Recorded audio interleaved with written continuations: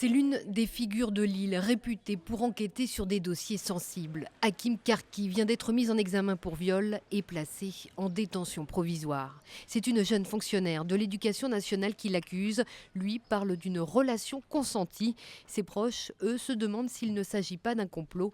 Sa compagne, qui est avocate, nous a confié son sentiment. Je sais que c'est impossible, tout simplement impossible. J'ai l'impression de vivre vraiment dans un mauvais roman policier. Je sens vraiment que le harcèlement continue. C'était une accumulation de reproches, brimades, etc.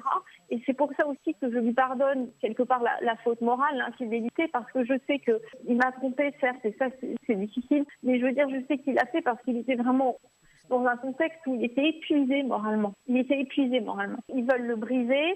Il est maintenant dessaisi de tous ces dossiers, donc c'est sûr qu'il n'embêtera plus personne pour l'instant. Parmi les dossiers sensibles que le juge Karki instruit, l'affaire Roukia, du nom de cette jeune femme de 18 ans, morte d'une overdose en 2011.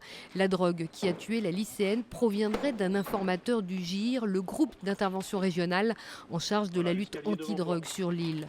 Dans cette affaire, Hakim Karki a mis en examen un policier et 2 gendarmes, dont le patron du GIR.